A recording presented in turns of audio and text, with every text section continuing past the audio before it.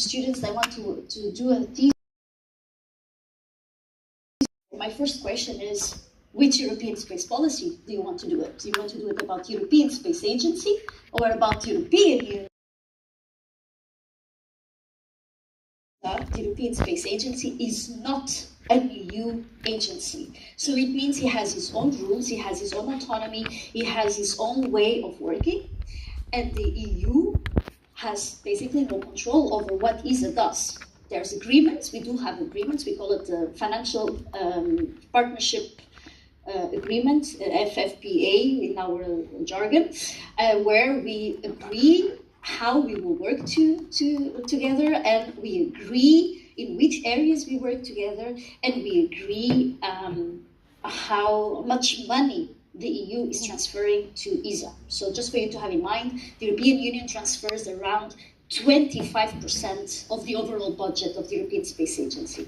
Okay, so over the years, EU also realized that the EU as an institution realized that space is also not only about research, because we do finance a lot of research in space via programs like Horizon Europe, Marie Curie, etc.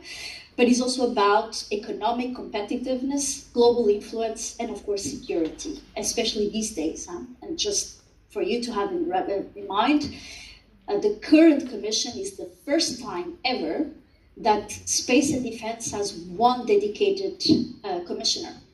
And this is a very important message. Until now, it was a commissioner that had other portfolios also, plus space, plus defense. And since last year, we have one commissioner 100% dedicated only for defense and space. And the GDEFIS itself was created in 2020, so with the first commission of von der Leyen. We were departments inside, it was DG Grow, that was at the time, that was entrepreneurship and SMEs, and before that was under transport, etc. The activities of space inside the EU, they started already in the end of the 90s. The Galileo decision in the European Parliament was taken in May 2001. See, so there's a long story. However, only the Treaty of Lisbon in 2009, that went into force in 2009, the member states gave explicit competencies to the EU in what concerns space. It's the Article 189, okay? But EU had already activities before that as common interest projects, etc. So what do we do in the European Space Programme? What are the main components? Because we actually do a lot. But we don't do space exploration. We have no ambitions to go to the moon. We have no ambitions to go to Mars. We finance research in that regard, but we ourselves do not do anything. And keep in mind that the EU Space Programme is the only EU-owned infrastructure, and is the only part in everything that we do in the European Union where we are need to GSO above 95% if all the chipsets exist that calculate positions, all the receivers, the ones we have in the car, etc. So like I said, Galileo is more accurate than GPS for civilian use. As Bruno explained, GPS was created for military use, and only beginning of the 80s, when there was an airplane crash, it was open to use of civilian use for aviation. And so you have multiple types of signals depending on the use. So the civilian use is what you have on your smartphone. So Galileo has a much more accurate and much more secure and safe signal than GPS.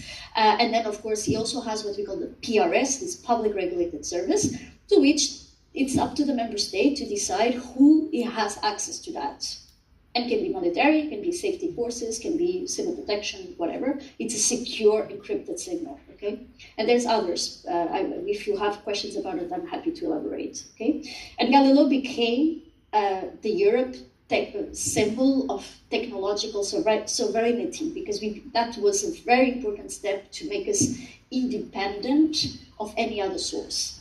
So if our counterpart in the US decides to shut down access to it, we are okay, we have Galileo. Then we have Copernicus, that is very known, and in Portugal, unfortunately, every time there's fires, because unfortunately for the fires, you see images in the newspapers coming from the emergency service of Copernicus. So Copernicus is Europe's eye on Earth.